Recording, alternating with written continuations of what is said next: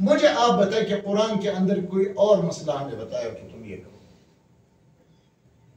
اللہ نے تو ہمیں یہی حکم دیا ہے کہ سیکھو. یہ جو ہدایہ فاتبعوا فإما يأتينكم مني هدى فمن تبع ہدایہ. ہدایت تو یہی ہے، ہدی للمتقین ہدی للناس. ہدایت کون سی چیز ہے؟ یہ قرآن ہے.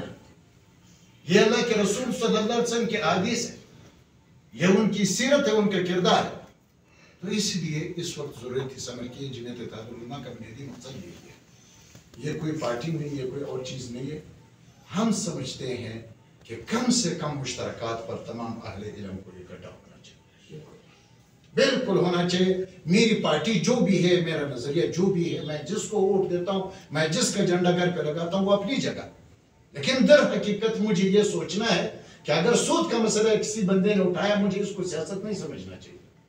جو بھی ہے، جس کی زبان سے ہے، وہ جو کہتے ہیں نا کہ انظر لما قال لا تنظر لمن قال. بندہ کہتا کیا ہے اس کو نہیں بتا، اس کو نہ سمجھو، اس کو نہ دیکھو کہ کون کہتا ہے، کون کے پیچھے مت چلو. بات کس کی ہو؟ یہ تبلیغی جماعت والے جو کہتے ہیں. ہمیں اس طرح جو ہے نا باہمی تعاون کرنا ہوگا.